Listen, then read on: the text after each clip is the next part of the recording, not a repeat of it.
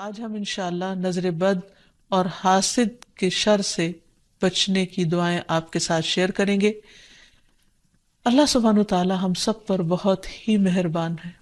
اس نے ہمیں پیدا کیا اور وہ جانتا ہے کہ ہمارے لیے کیا بہتر ہے اور کیا نہیں، اور اس کے لیے اس نے ہمارے لیے ایک بہترین دین بھیجا، اور صرف کتابی شکل میں نہیں بلکہ عملی شکل میں محمد صلی اللہ علیہ وسلم کی صورت میں، کہ انہوں نے ہر وہ چیز کر کے دکھائی، سکھائی، سمجھائی جو ہمارے لیے فائدہ مند ہے، اور اس سلسلے میں ہمیں بعض ان حقیقتوں کے بارے میں بتایا اور ان کی اصل حقیقت بتائی جو اس کے بغیر ہم جان ہی نہیں سکتے تھے۔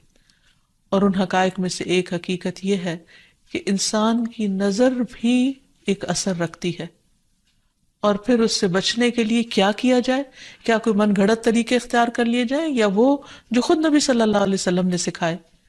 کیونکہ اگر ہم وہ طریقے اختیار کریں گے جو رسول اللہ صلی اللہ علیہ وسلم نے خود اختیار کیے یا اختیار کرنے کا حکم دیا، تو اس میں ہمارے لیے بھلا ہی بھلا ہے، فائدہ ہی فائدہ ہے، کیونکہ وہ موسٹ اوتھینٹک چیزیں ہیں، موسٹ ایکوریٹ چیزیں ہیں، کیونکہ اس کا سورس وحی الہی ہے، اور باقی چیزیں انسانوں کا علم ہے، کہاں انسانوں کی عقل یا تجربات اور مشاہدات، اور کہاں اللہ رب العزت کی بھیجی ہوئی تعلیم۔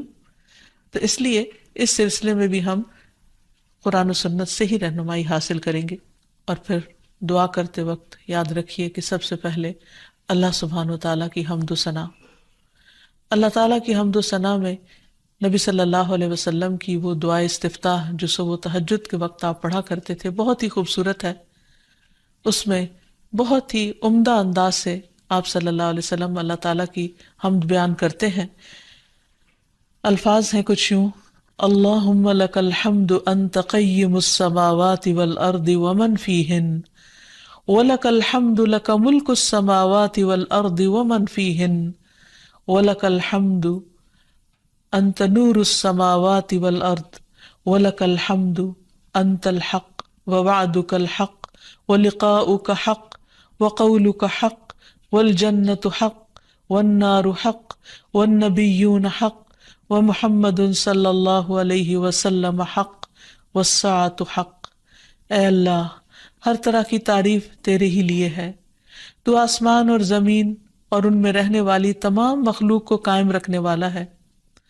ہم تمام کی تمام بس تیرے ہی لیے مناسب ہے، آسمان اور زمین اور ان کی تمام مخلوقات پر بادشاہت صرف تیرے ہی لیے ہے اور تعریف تیرے ہی لیے ہے۔ تو آسمان و زمین کا نور ہے اور تعریف تیرے ہی لیے ہے۔ تو حق ہے، تیرا وعدہ حق ہے، تیری ملاقات حق ہے، تیرا فرمان حق ہے، جنت حق ہے، دوزخ حق ہے، انبیاء حق ہیں، محمد صلی اللہ علیہ وسلم حق ہیں، اور قیامت کا ہونا برحق ہے۔ اور پھر اللہ تعالیٰ کی حمد و ثنا کے بعد درود شریف کا پڑھنا دعاؤں کی قبولیت کا ذریعہ بنتا ہے۔ تو اس لیے جب بھی اللہ تعالیٰ کو پکاریں، اللہ تعالیٰ سے قبولیت کا یقین رکھتے ہوئے اس کو پکاریں، اور خصوصاً زندگی میں پیش آنے والی ان مشکلات کو جن کا سبب معلوم ہو، اور ان مشکلات میں بھی جن کا ہمیں سبب معلوم نہیں، ان سب کو دور کرنے کے لیے اللہ تعالیٰ کی مدد لیں۔ جہاں تک نظر بد کی حقیقت کا تعلق ہے تو اس کے بارے میں نبی صلی اللہ علیہ وسلم نے ہمیں بتایا ہے۔ آپ نے فرمایا العین حق، کہ نظر لگنا برحق ہے، یعنی انسانی نظر کے اندر ایسی ریز ہوتی ہیں، ایسی تاثیر ہوتی ہے جو دوسرے کے اوپر جا کر اثر انداز ہوتی ہے اور اس کو نقصان پہنچا سکتی ہے، لیکن یہ ہوتا ہے اللہ کے اذن سے، اللہ کے حکم سے۔ اللہ تعالیٰ جس چیز میں چاہے خیر رکھ دے، جس چیز میں چاہے تکلیف کا عنصر رکھ دے، اور اس کے ہر فیصلے میں خیر و بھلائی ہی ہے۔ جو کچھ ہوتا ہے وہ اسی کے حکم سے ہوتا ہے۔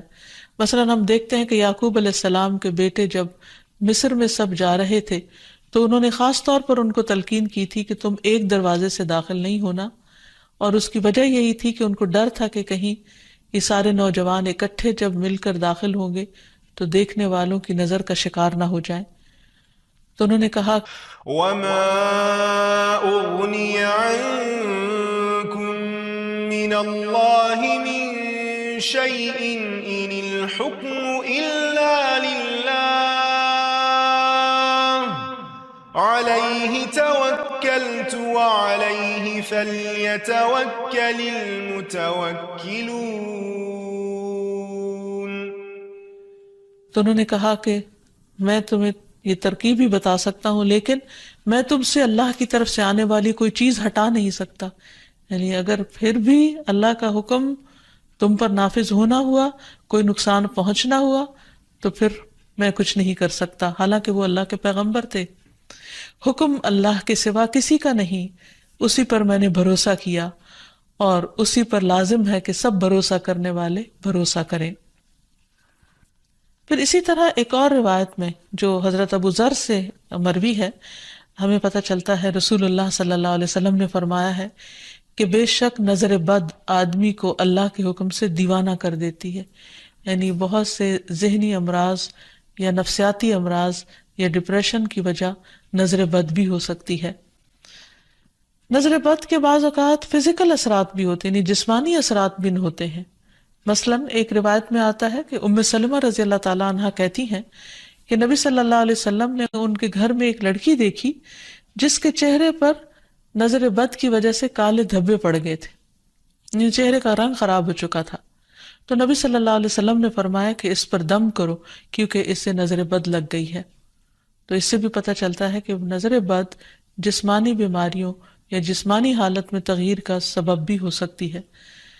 پھر آپ نے یہ بھی فرمایا کہ نظر بد آدمی کو اللہ کے حکم سے دیوانہ کر دیتی ہے، حتیٰ کہ بعض اوقات انسان اونچی جگہ پر چڑھتا ہے اور پھر وہاں سے گر پڑتا ہے. یعنی بعض اوقات بچے آپ نے دیکھا ہوگا کہ کھیل رہے ہوتے ہیں، اچھے بھلے کھیل رہے ہوتے ہیں، ایک دم ماں باپ دیکھ کر خوش ہوتے ہیں، اچانک وہ ایسی چیز سے جا ٹکراتے ہیں کہ بعض اوقات بڑے بڑے حادثات ہو جاتے ہیں. تو ایسی صورت میں جب بھی انسان کسی چیز کو دیکھے جس پر دل خوش ہونے لگے تو فوراً ماشاء اللہ پڑھے، اللہ کا ذکر کرے، تو پھر نظر کے برے اثرات سے محفوظ رہا جا سکتا ہے. پھر اسی طرح بعض اوقات بچے بلا وجہ رونا شروع کر دیتے ہیں اور چپ ہی نہیں ہوتے، تو اس میں بھی نظر بد کا اثر ہوتا ہے. حضرت عائشہ کہتی ہیں کہ ایک مرتبہ نبی صلی اللہ علیہ وسلم تشریف لائے تو ایک بچے کے رونے کی آواز سنی. آپ نے فرمایا کہ یہ بچہ کیوں رو رہا ہے؟ تم اس کی نظر کیوں نہیں اتارتے؟ یعنی اس پر ایسے اذکار پڑھے جائیں کہ جس کی وجہ سے اس کی یہ تکلیف دور ہو جائے. پھر اسی طرح بچوں کا کمزور ہونا، ان کی صحت درست نہ ہونا. آپ صلی اللہ علیہ وسلم نے حضرت اسماء بنت امیس سے کہا، کیا بات ہے کہ میں اپنے بھائی جعفر کے بیٹوں کے جسموں کو دبلا پتلا دیکھ رہا ہوں، یعنی ان کی صحت اچھی نہیں ہے، کیا انہیں فقر و فاقہ رہتا ہے، یعنی کھانے کو کچھ نہیں ملتا؟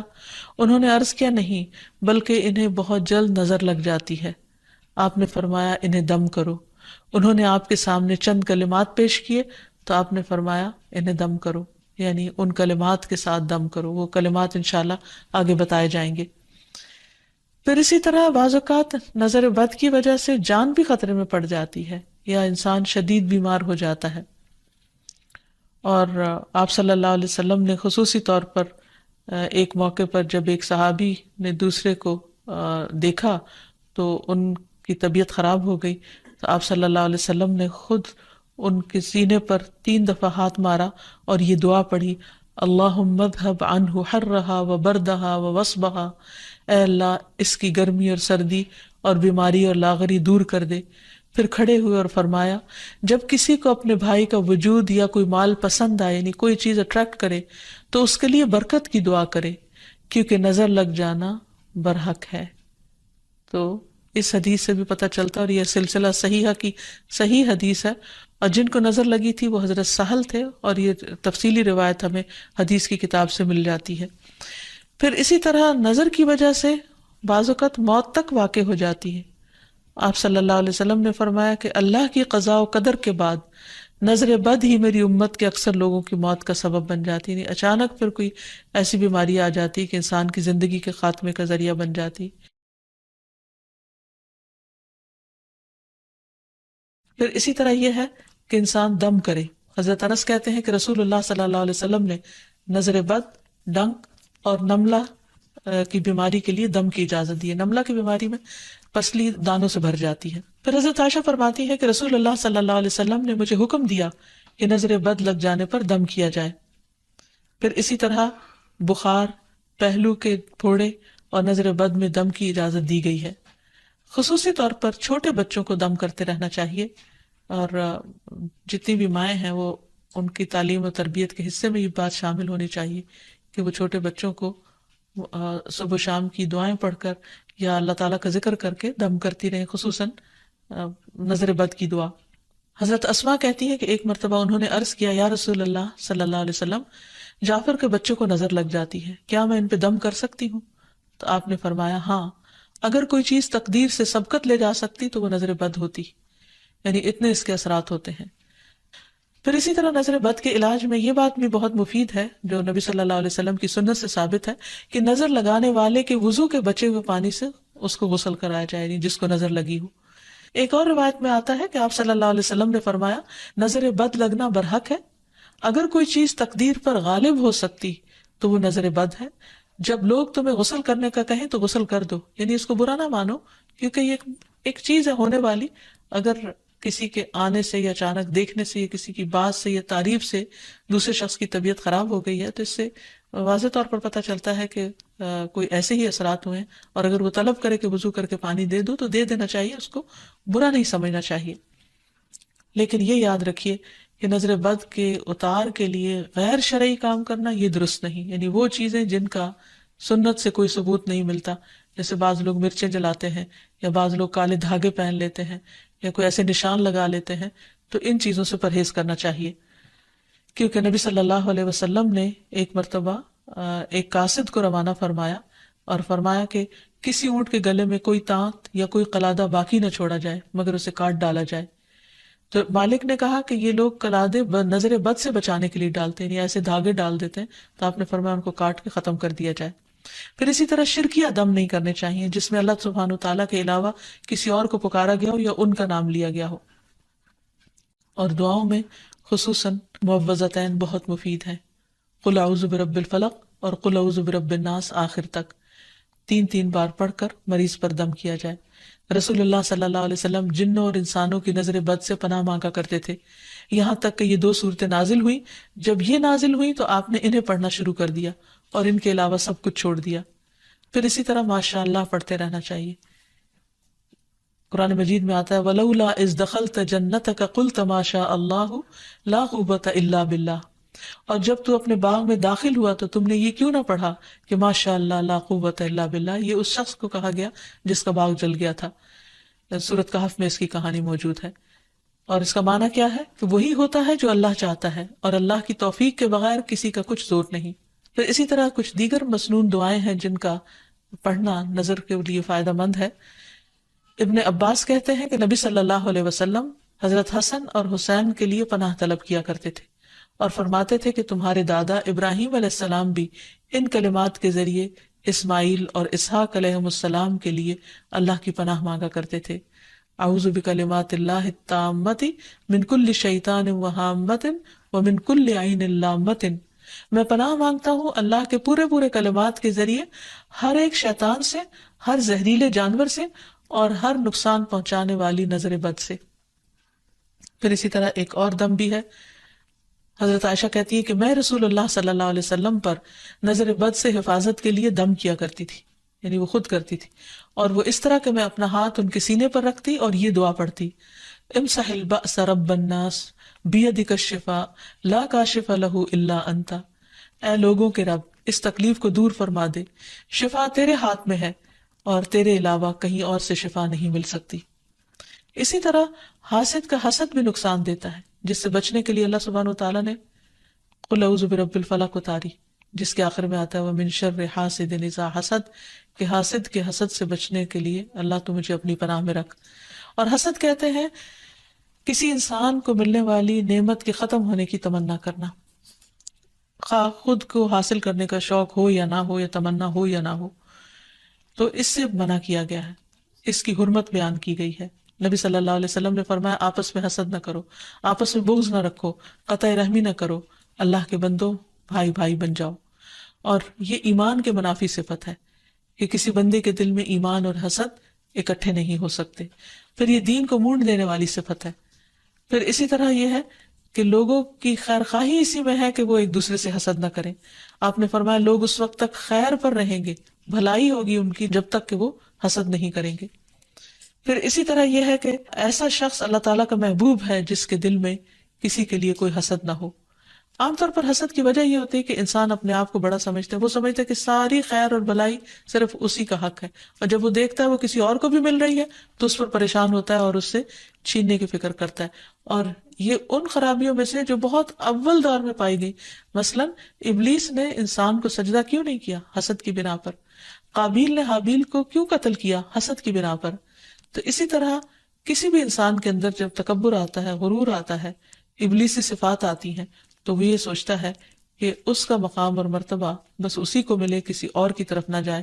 یا کسی کو بھی اگر نعمت ملے تو وہ اس پر جیلس ہو جاتا ہے. اور یہ بنیادی طور پر اس کی وجہ دنیا کی محبت کا زیادہ ہونا ہے. اس لیے ہمیں اس سے بچنے کی ضرورت ہے. اور یہ بیماری ایسے انسان کے اندر داخل ہو جاتی ہے کہ بعض اوقات انسان کو خود بھی پتہ نہیں چلتا. تو اس لیے اللہ سبحانہ و تعالیٰ سے دعا کرتے رہنا چاہیے، اور اس معاملے میں انسان کو اللہ پر بھروسہ بھی کرنا چاہیے، اور پھر اللہ تعالیٰ کی پناہ مانگنی چاہیے کہ اللہ تعالیٰ اپنی حفاظت میں رکھے. کیونکہ اللہ تعالیٰ فرماتے ہیں میرا محبوب بندہ اگر مجھ سے مانگتا ہے تو میں اسے دیتا ہوں، اور اگر وہ کسی دشمن یا شیطان سے میری پناہ مانگتا ہے تو میں اسے محفوظ رکھتا ہوں. پھر اسی طرح یہ ہے کہ حاسدوں سے نعمت کو چھپانے کی کوشش کرنا چاہیے. جب انسان کو یہ پتا ہو کہ کوئی شخص ایسا ہے جو اس کی نعمت پر خوش نہیں ہوتا تو ان کے سامنے پھر اس کا اظہار نہیں کرنا چاہیے. ابو ہریرہ کہتے ہیں کہ رسول اللہ صلی اللہ علیہ وسلم نے فرمایا تم اپنی ضرورتوں کو پورا کرنے کے لیے ان کو رازداری میں رکھ کر مدد حاصل کرو، بے شک ہر صاحب نعمت حسد کیا جاتا ہے. پھر اسی طرح یہ کہ انسان کو حسد سے بچنے کے لیے اللہ تعالیٰ سے دعا کرتے رہنا چاہیے، کیونکہ ہر ایک کی پیشانی کے بال اللہ کے ہاتھ میں ہے، اور جب اللہ نہ چاہے تو کوئی کسی کو کچھ بھی نقصان نہیں دے سکتا، کچھ بھی بگاڑ نہیں سکتا. تو اللہ تعالیٰ پر بھروسہ کرتے ہوئے خصوصی طور پر معوذتین کا ورد کرتے رہنا چاہیے. صبح شام 3 بار پڑھنا چاہیے، نمازوں کے بعد اس کو پڑھنا چاہیے. اور پھر ایک دعا اور بھی ہے کہ جبریل علیہ السلام نبی صلی اللہ علیہ وسلم کی عیادت کے لیے ایک مرتبہ حاضر ہوئے تو آپ کانپ رہے تھے. آپ نے ان کو ان الفاظ میں دم فرمایا، بسم اللہ ارقیک من کل شیء یؤذیک من حسد حاسد وکل عین واسم اللہ یشفیک. اللہ کے نام سے میں تم پر ہر اس چیز کے شر سے بچاؤ کا دم کرتا ہوں جو تمہیں اذیت پہنچائے، ہر حاسد کے حسد سے اور ہر نظر بد سے. اللہ کے نام سے اللہ تمہیں شفا عطا فرمائے. تو اس سے یہ پتہ چلتا ہے کہ جبریل علیہ السلام نبی صلی اللہ علیہ وسلم پر دم کرتے تھے، تو ہمیں بھی مریض پر، بے چین شخص پر، اضطراب کے شکار شخص پر دم کرنا چاہیے، اور انہی الفاظ کے ساتھ، کیونکہ سب سے بہترین الفاظ وہ ہیں جو اللہ کا کلام ہے اور پھر محمد صلی اللہ علیہ وسلم کے الفاظ ہیں. اللہ تعالی ہمیں ہر طرح کے شر سے محفوظ رکھے، ہمیں بھی اور ہمارے عزیزوں کو بھی اور تمام لوگوں کو. وآخر دعوانا ان الحمد للہ رب العالمین.